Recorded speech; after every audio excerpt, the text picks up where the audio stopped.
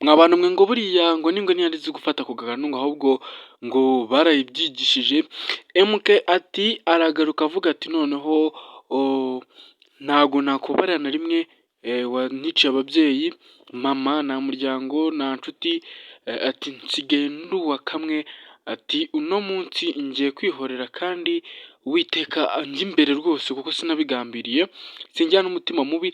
Urabona ko rwose MK hano yari ari kwambara ikote, ari kwambara ingofero, ari kwambara n'amaga, uraje ubibone, agiye kwihorera. Uyu munsi biratanga iki mwuka byaramwe, Uwiteka ahabe rwose birabe ibyuya biba amaraso.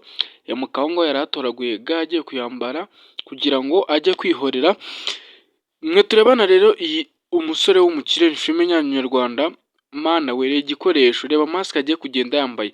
MK rero ni ukuza kumusengera kuko ibi bintu rwose bize kuba amahoro. Hano bari kuvuga ati bari kugambana, ati ashaka kumukura ku isi. Urabona ko rwose uwo mwamenye nk'uko bita Tiger azwi nk'umuntu wica. So reka tuganire ku iyi filime rero guys. Iyi filime ni filime ikunzwe cyane, murambabwira iyi ni filime umusore w'umukire, iri hano hanze rwose. Murabizi ko ni filime iri mu filime zikunzwe cyane, filime nziza, filime nyarwanda irimo inyigisho, irimo icyo nakwita nka karite yayo y'umwihariko.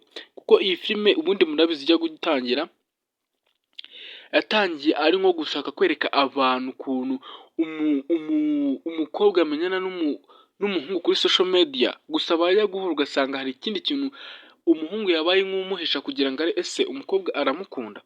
Icyo kintu nicyo twatangiranye muri iyi filime yacu nyarwanda, umusore w'umukire, nicyo twatangiye tureba rwose. MK ahura n'uwo twamenye nk'uko bita Kamariza avuga ati uriya kuntu usa, ukuntu wari warigeze ku mbuga zose, ni ibintu wambeshyaga byose, nta na kimwe mbona, nta bukire, nta suku, ntaki.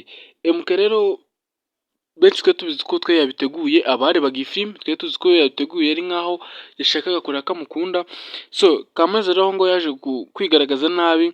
MK Kamariza murabiduka ko yarazanye n'inshuti ye ari wa mukobwa. MK yaje kwikunda cyane, mwiza, umwana mwiza, ko bikarangira birinze no kumugambana bigafata indi ntera.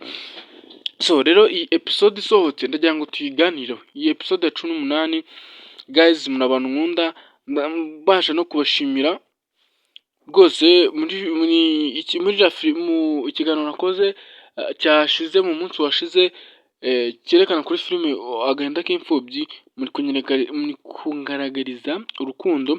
Kuko njyewe iyi channel nibwo nyitangiye pe, murabizi ko aribwo nyitangiye, gusa nangiye kubona impinduka, nangiye ko mutangiye kugenda munkunda, munyizera, kandi ni iby'agaciro cyane. Mbasha kukubwira ngo wogeze ahangaha n'ibintu muramwibutsa, mwandira subscribe mugenzi wanjye kugira ngo tujye tubana mu biganiro byinshi bitanababwira ati njye sinje kwitira amafilime y'abandi, ahubwo njye ndaje tuyaganireho. Aha ni ahantu tuzatuganira kuri filime runaka, tukavuga ati ese iyi filime noneho dutanga ibitekerezo, twungurana ibitekerezo, tuvuga ati filime izangira ute, ese biragenda gute, noneho bimeze bite, indi episode izazamo iki, twungurana ibitekerezo gutya, tubasha kumenyanaho, tuniganirira mu buzima busanzwe nta kibazo.